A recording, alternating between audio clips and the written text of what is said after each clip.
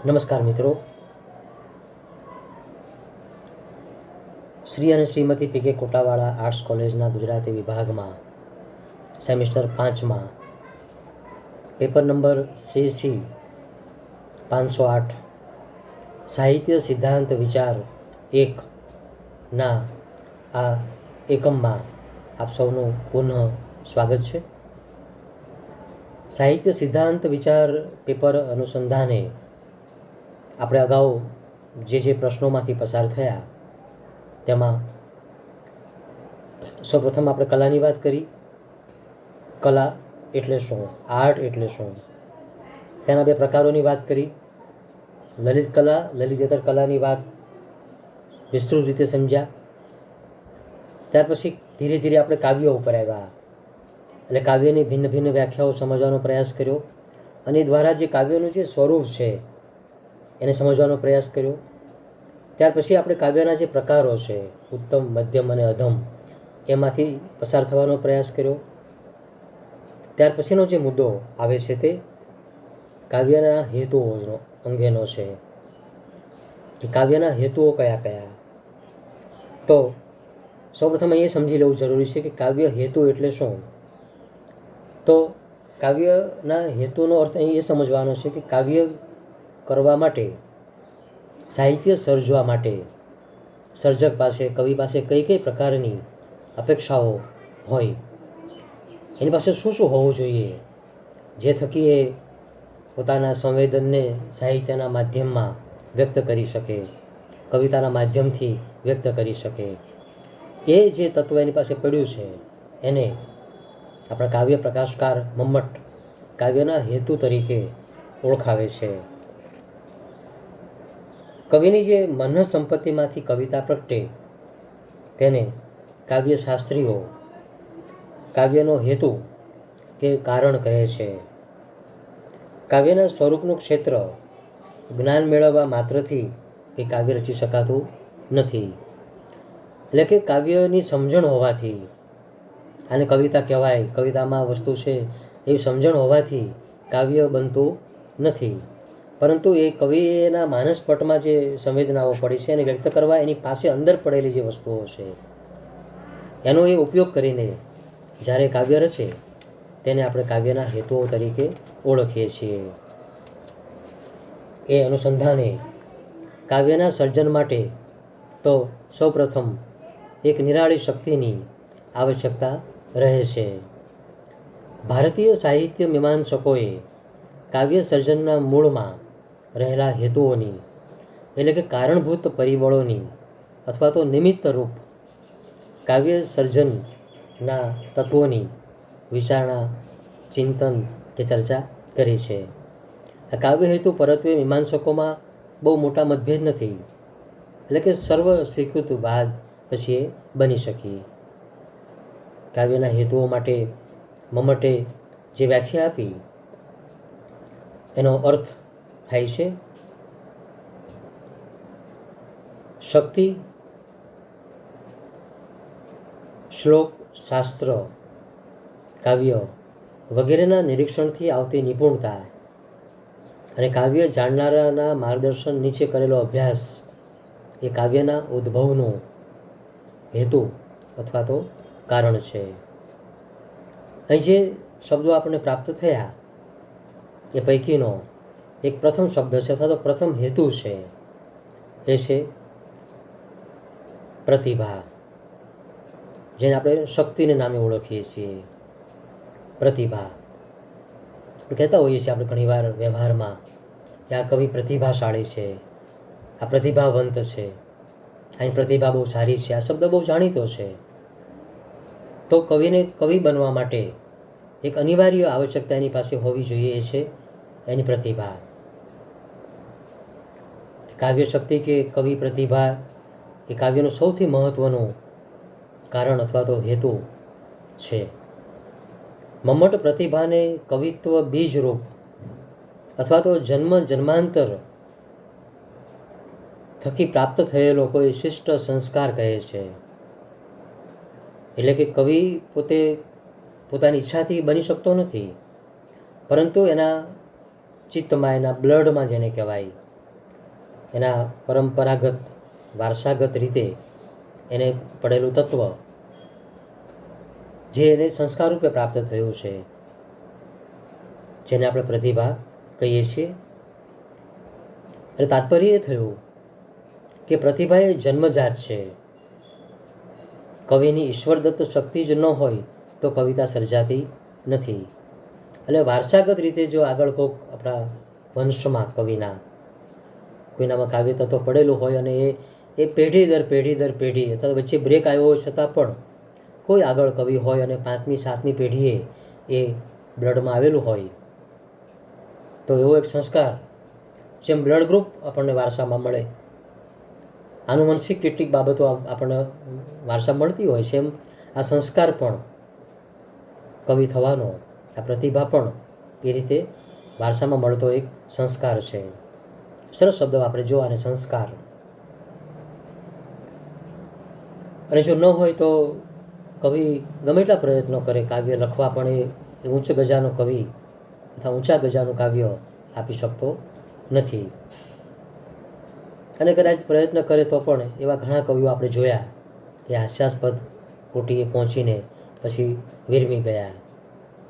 કાળના પ્રવાહમાં કેટલાય કવિઓ આવ્યા અને કેટલાય કવિઓની આપણને ખબર પણ નથી. આપણે આદરણીય શ્રી ધીરુભાઈ ઠાકર સાહેબે રચેલા અર્વાચીન સાહિત્યનો ઇતિહાસના ભિન્ન ખંડો તપાસીએ તો જાણીએ છીએ આપણે કે એમાં જે નોંધપાત્ર વળાંકો આવ્યા એવા જ કવિઓ વિશે એમણે બહુ વિગતે વાત કરી. અને પછીના કેટલાય કવિઓ જેને આપણે પ્રકીર્ણ કવિઓ તરીકે એક છેલ્લા ફકરામાં ઉપસંહારમાં એવા કવિઓને વણી લીધા કે જેને એકાદો સંગ્રહ આપ્યો કે ઘણે એકથી વધારે સંગ્રહો આપ્યા, પરંતુ એમાં જેને આપણે કાવ્યત્વ કહીએ છીએ એવું કશું જ ન હોય, એનું કોઈ મૂલ્ય નથી રહ્યું. એવા કાળના પ્રવાહમાં ક્યાંય ને ક્યાંક અદૃશ્ય થયા અને લુપ્ત થઈ ગયા. પરંતુ એવા ઊંચા ગજાના જે કવિઓ હતા જેને આપણે કહીએ કે આવી પ્રતિભા, આવા સંસ્કારો વારસામાં મળ્યા હતા, એમની જ કવિતાઓ આજે ચિરંજીવ આપણા સુધી પહોંચી શકી છે અને બની શકી છે. સરસ એક અંગ્રેજીમાં વિધાન છે, પોએટ્સ આર બોર્ન નોટ મેડ. એટલે કે કવિઓ જન્મે છે, બનાવાતા નથી. આજે કોમ્પ્યુટરના ક્લાસ ચાલે છે, અંગ્રેજી સ્પોકનના ક્લાસ ચાલે છે, પરંતુ કવિઓ બનાવવાના ક્લાસ ક્યાંય ચાલતા નથી. એટલે કે હા, છંદના ક્લાસ ચાલે, છંદ વિશે, સમાસ વિશે, અલંકાર વિશે એમ સમજી શકો, પણ કવિ બનવાના ક્લાસ હજી સુધી આપણે ક્યાંય સાંભળ્યા નથી. એટલે કે કવિઓ જન્મે છે, એને પ્રેક્ટિસ કરવાથી, એને કોઈ ટ્યુશન આપીથી જેને કહીએ કવિઓ બનાવી શકાતા નથી. આમ મમ્મટે પ્રતિભાને સૌથી પ્રથમ હેતુ તરીકે મૂક્યો છે કે કવિતા માટેનો પ્રથમ હેતુ એ છે કવિમાં રહેલી જન્મજાત પ્રતિભા, શક્તિ, શક્યતા, સંસ્કાર, કેપેસિટી વગેરે વગેરે. આ પ્રતિભા શબ્દ વિશે વિચારીએ તો જગન્નાથ લખે છે, કાવ્ય રચનાને અનુકૂળ એવા શબ્દ અને અર્થની ઉપસ્થિતિ એટલે પ્રતિભા. જો કાવ્ય રચનાને અનુકૂળ એવો શબ્દ અને અર્થની બંનેની ઉપસ્થિતિ હોય એટલે પ્રતિભા. તો અભિનવ ગુપ્ત લખે છે, કવિતાનો આકાર નિર્માણ કરવાની કવિની જે વિશિષ્ટ આવડત તે શક્તિ અથવા તો પ્રતિભા. એટલે કવિતાનો આકાર નિર્માણ કરવાની કવિની વિશિષ્ટ આવડત, એક સામાન્ય સંવેદન એને પ્રાપ્ત થયું. ધારો કે આપણા બકર ઠાકોર હોય અને એક નાયક નાયિકાને પ્રેમના પ્રતિક રૂપે મોગરો માથામાં મૂકવા જાય અને એમાંથી એક સોનેટ બકર ઠાકોર રચે, પ્રિયે તુજ લટે ધરું ધવલ સ્વચ્છા મોગરો, નહીં એથી નિકટ સ્પર્શ આ સમય મારો. તો આ રીતે કવિએ તરત જ એમાં સોનેટનું નિર્માણ કરવાનો પ્રયાસ શરૂ કર્યો અને આખું સરસ સોનેટ એમણે રચ્યું. તો આ રીતે નિર્માણ કરવાની જે વિશિષ્ટ આવડત જેને આપણે પ્રતિભા અથવા શક્તિ કહીએ. ભટ્ટ તોંત લખે છે કે પ્રતિભા એટલે પ્રજ્ઞા, પ્રજ્ઞા એટલે બુદ્ધિ, એટલે બુદ્ધિ પ્રજ્ઞાથી જે વિચાર પ્રગટો એ થતો પ્રગટ કરવાની શક્તિ એટલે પ્રતિભા. મહિમ ભટ્ટ, કવિ પ્રતિભાની સરખામણી ભગવાન શંકરના ત્રીજા નેત્ર સાથે કરે છે. જેમ બે નેત્રોથી આ જગત જોઈએ છે, પણ ત્રીજા નેત્ર દ્વારા જે અન્ય ચેષ્ટાઓ થઈ શકે એ ત્રીજું નેત્ર, ત્રીજા નેત્રની પ્રસાદી અથવા ત્રીજું નેત્ર જે પ્રજ્ઞા સાથે સંકળાયેલું છે, એ કશુંક પ્રગટ કરવાની શક્તિ, વૃત્તિ એટલે પ્રતિભા. તો એ રીતે આપણે આ પ્રતિભા શબ્દના ભિન્ન ભિન્ન અર્થ છાયાઓ કે શબ્દો આપણે સમજી શકીએ. ત્યાર પછી મમ્મટે જે બીજો હેતુ અનિવાર્ય ગણ્યો, માન્યો, એ છે વ્યુત્પત્તિ. વ્યુત્પત્તિ એટલે કે નિપુણતા. ઉત્તમ કવિ છે, ધારો કે એની પાસે પ્રતિભા હતી, જન્મજાત સંસ્કાર રૂપે પડી હતી. હવે એને કાવ્ય લખવા માટે, સાહિત્ય સર્જન પ્રક્રિયા કરવા માટે એની પાસે જે બીજો હેતુ અનિવાર્ય છે એ છે નિપુણતા. એટલે કે માત્ર પ્રતિભા હોવાથી પણ કાવ્ય નહીં રચી શકાય. પ્રતિભા છે એ તો કવિ થવાની ક્ષમતા એનામાં પડી છે, જેને મળી, પરંતુ કવિતાના સ્વરૂપને સમજ્યા પછી કવિતા માટે જે અનિવાર્ય બાબતો છે એ અંગે એને નિપુણ થવું પડશે. એ માટે એણે સમજદારી પ્રાપ્ત કરવી પડશે. જાણીએ છીએ આપણે કે નર્મદને જ્યારે કવિ થવાના પ્રયત્નો શરૂ કર્યા એણે, અને અભરઘા થયા કે મારે કવિ બનવું છે, મને એમાંથી આનંદ મળશે, કારણ કે એને ખબર હતી કે કવિતા કરવા માટે છંદનું જ્ઞાન જરૂરી છે. છંદના પુસ્તકો શોધવા તરફ વળ્યો, પુસ્તકો મળ્યા, ઘેર લાવવા ન મળ્યું, એણે પોતે એની આખી નકલ કરી અને પોતે છંદ શીખ્યો હતો. પછી એણે કવિતામાં ભલે અલબત્ત એનો ઉપયોગ મહદઅંશે કર્યો, ન કર્યો, ઓછો વધતો કર્યો, એ અલગ વાત છે, પરંતુ કવિતામાં પ્રવેશ કરવા માટેની અનિવાર્ય શરત એ જે કવિતાના કરવાના જે ઉપાદાનો છે એની સમજણ તો કવિ પાસે હોવી જોઈએ, અપેક્ષિત છે.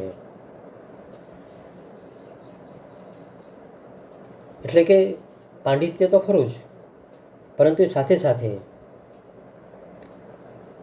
જે અપેક્ષાઓ છે એ નિપુણતા. એટલે કવિ એની કવિતામાં ક્યાંક સંદર્ભ લાવશે આપણા પૌરાણિક સાહિત્યનો, ક્યાંક આપણા રામાયણનો, ક્યાંક આપણા મહાભારતનો, તો એ જે લાવશે એનો ઉપયોગ કરશે પુરાકલ્પન તરીકે. તે દરેક પાત્રોની સમજણ એને યથાયોગ્ય રીતે મૂકવી પડશે. ત્યાર પછી પ્રતીકથી કામ લેવું પડશે. આ બધા સાહિત્યના ઉપાદાનો છે. સાહિત્યને સાહિત્ય બનાવવા માટેના પ્રતિભા તો હતી, હવે એને કલ્પના સાથે કામ પાડવું પડશે, કલ્પન સાથે કામ પાડવું પડશે, અલંકાર સાથે કામ પાડવું પડશે.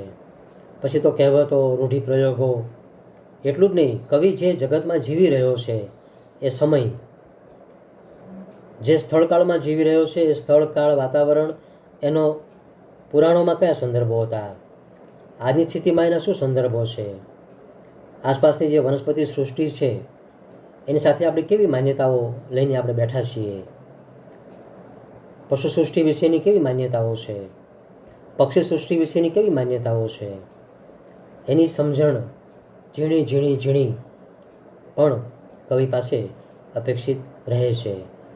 અને આ પોતાની જે સમજણ છે એને પોતાની રચનામાં એ લાવવાનો પ્રયાસ કરશે. અને જો અથાયોગ્ય રીતે મુકાઈ હોય તો જ એ કવિતા આનંદ આપી શકે. નહીંતર ઘણા એવા કવિઓ હોય છે કે જે યથાયોગ્ય રીતે નિરૂપણ ન કરતા એ પકડાઈ જાય છે. તો એ રીતે છંદ, અલંકાર, વ્યાકરણ, કલ્પન, પ્રતીક, પુરાકલ્પન, આ બધાનો ઉપયોગ કરતાં કરતાં કવિ પોતાનું જે સંવેદન છે, પોતાની જે અનુભૂતિ છે એને અભિવ્યક્ત કરવાના પ્રયાસો કરી શકે. આપણે ત્યાં યાદ કરીએ આપણે ઉમાશંકર જોશીને, જે સ્થળે બામણામાં એ જન્મ્યા, એમનું ઘર અને એમની આસપાસ રહેલા ડુંગરાઓ. એટલે ઉમાશંકર જોશીની કવિતામાં અનેક પંક્તિઓમાં ડુંગરાઓના સંદર્ભો આવે. ભોમિયા વિના મારે ભમવાતા ડુંગરા, તો એ ડુંગરાઓ, તો એ ડુંગર વિશેના સંદર્ભો. સરસ એકવાર મેં એક જગ્યાએ સાંભળી હતી કે વિદ્યાર્થીઓને જ્યારે કોઈ કૃતિમાંથી પસાર કરતા હોય ત્યારે એના આવતા જે સંદર્ભો છે, એના જે દ્રષ્ટાંતો છે, એ જગત જે જીવી રહ્યો છે એમાંથી તમે આપો, આપણે આપીએ તો એને એ અનુભવ ઝડપથી થઈ શકે, એને અર્થબોધ ઝડપથી થઈ શકે. તો જે દરિયા કિનારે રહેનારા જે માણસો હોય તો એ જે દરિયાઈ જે સંપત્તિ, દરિયા ને હોડી ને માછલીઓ ને છીપલા ને વગેરે જળચર જીવો બધા, એના સંદર્ભોથી જો વાત સમજાવવામાં આવે તો એ તરત ભાવક તરીકે એ સમજી શકે. તો જે ડુંગરાળ વિસ્તાર છે રાજસ્થાનનો, જ્યાં નદી પર્વતો પહાડો છે પરંતુ નદીઓ પાણી નથી, ત્યાં આવા દાખલાઓ આપવાથી કદાચ વિદ્યાર્થીને નવા પ્રશ્નો ઊભા થઈ શકે. તો ત્યાં એ પર્વતો પહાડો, એના વળાંકો, એનું સૌંદર્ય એની પાસે લઈ જવો જોઈએ. તો જે આસપાસનું જે વિશ્વ છે, જે જગતમાં આપણે જીવીએ છીએ, જે આપણા ચિત્તમાં પડ્યું છે, એની નજીક રહીને એના ઉદાહરણથી જો આપણે સમજવાનો પ્રયાસ કરીએ છીએ તે કાવ્ય સૃષ્ટિને, તો એ વધુ અર્થબોધ આપનારી નીવડી શકે. આપણે ત્યાં પણ થયું છે કે સોનેટ માટે પૃથ્વી છંદ વધારે અનુકૂળ આવેલો બકર ઠાકોરને. છંદ સ્વરૂપ જ એવું છે કે જ્યાં બહુ તમે મંદાક્રાંતા કે શિખરણી કે અન્ય છંદો ઓછા ખપમાં આવી શકે, કારણ કે સોનેટ એ વિચાર પ્રધાન કાવ્ય છે. એટલે બકર ઠાકોરનો પ્રિય છંદ પણ પૃથ્વી હતો અને મહદઅંશે એમણે એમના સોનેટો પૃથ્વી છંદમાં પ્રયોજ્યા છે.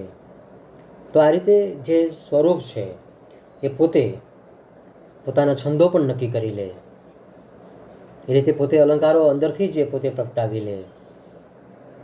તો એ રીતે એ છંદનું આવવું અંદર, કે કોઈ ગીત હોય તો એમાં એનું લયનું પ્રગટવું અનિવાર્ય બને.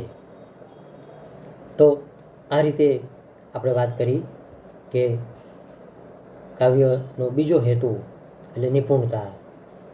એ જે કંઈ કવિતામાં લાવે છે, કોઈ પ્રતીક લાવે, કોઈ કલ્પના લાવે, ત્યારે એને આસપાસના વિશ્વની પૂરેપૂરી સમજણ હોવી જોઈએ.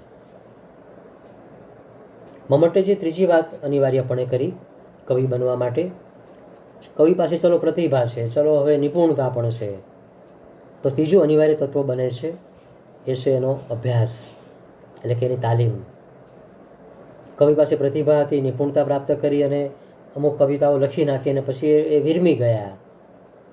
જો એ કવિતા લખવાનું ચાલુ નહીં રાખે, એની તાલીમ નહીં લે, એનો અભ્યાસ સતત નહીં કરે, તો પણ ધીરે ધીરે એનામાં રહેલું કાવ્ય તત્વ એ વિરમી જશે, ધીરે ધીરે કવિતા લખવાનું બંધ કરી દેશે.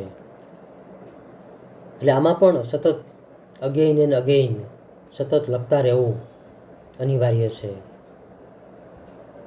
જાણીએ છીએ કે જે સંગીતકારો છે, જે પોતે કોઈ વાજિંત્રો વગાડતા હોય, જે પિયાનો વગાડતા હોય કે રામસાગર વગાડતા હોય કે કોઈ તબલા વાદક હોય, તો કાર્યક્રમો હોય કે ન હોય, પરંતુ દરરોજનો એમનો અમુક સમયનો રિયાઝ, પ્રેક્ટિસ અનિવાર્ય છે. જેમ જે ગીતો ગાતા હોય, સુગમ સંગીત ગાતા હોય, તો કાર્યક્રમો હોય કે ન હોય, કોઈ નિમિત્તે ગાવાનું હોય કે ન હોય, પણ દરરોજ એવો પોતાનો અમુક સમય નક્કી કરીને એ સતત પોતાનો રિયાઝ ચાલુ રાખે છે. તો આ રીતે કવિ થવાનો રિયાઝ પણ, કવિ થવાનો અભ્યાસ પણ નિરંતર એણે ચાલુ રાખવો જોઈએ. એટલે અહીં મમ્મટ લખે છે કે અભ્યાસ એટલે ફરી ફરીને કરવામાં આવતી પ્રવૃત્તિ. જો ફરી ફરીને કવિતા લખ્યા છે, હવે વિરમી જવું છે, નથી લખવી, ક્યારેક લખીશ, સંવેદન તો આવવાનું જ છે અને સંવેદન છાપો મારવાનું જ છે. સરસ એનામાં એક વસ્તુ આવી છે તો એને મૂકી ન રાખતા, એને તરત વાચા અને કલમ દ્વારા આપી દેવી જોઈએ. જગતનું કોઈ પણ પ્રકારનું સર્જન એના સર્જક પાસેથી એ પ્રવૃત્તિના સતત અભ્યાસની અપેક્ષા રાખે. અહીં આપણે વાત કરીએ લલિત કલા હોય કે લલિતેતર કલા હોય, ખાલી ટાઈપરાઇટર હોય એ પણ પોતાનું ટાઈપ રાઇટિંગ છોડી દેશે અમુક સમય સુધી, તો એની સ્પીડ આપોઆપ ઘટી જશે. કમ્પ્યુટર સાથે કામ પાડતો માણસ ધીરે ધીરે જો કમ્પ્યુટર કામ છોડી દેશે તો એનું એ બધું જ્ઞાન જતું રહેશે. આપણે ડ્રાઇવિંગ શીખતા હોઈએ છીએ અને જો ડ્રાઇવિંગ સતત ન કરીએ તો આપણો આત્મવિશ્વાસ ડ્રાઇવિંગ કરવાનો ઓછો થઈ જાય છે. સ્ત્રી રસોઈ બનાવવાનો અમુક સમય છોડી દે અને ફરી રસોઈ કરવા જાય તો એ મૂંઝવણનો અનુભવ કરતી હોય છે. તો એ રીતે સતત એ પ્રવૃત્તિ કર્યા કરવી, એમાં સતત નિપુણતા પ્રાપ્ત કર્યા કરવી, તો જ એ વધુ એની પ્રગતિ થયા કરે. એટલે જે રચ્યું છે એને વધારે ઉત્તમ રચવા માટે એની પાસે સતત અભ્યાસની અપેક્ષા કવિ પાસે રહે છે.